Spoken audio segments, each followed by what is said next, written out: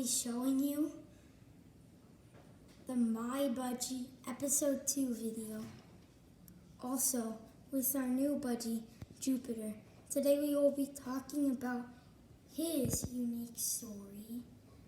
And if you watched My Budgie, you know his story. I'm just gonna tell both of the stories. So this one over here, the green one, has the most unique story, and he is scared of me. He has the most unique story because he just wasn't a wild bird. He flew out here onto our backyard over there, right on that tree, and we caught him, and then we kept him as our new pet.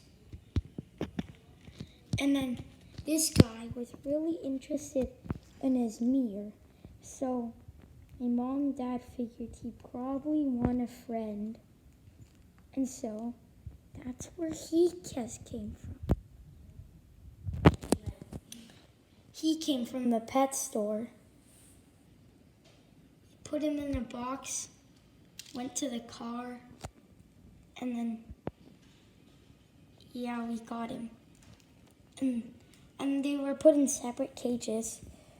Now they love each other. So, those are the stories. So,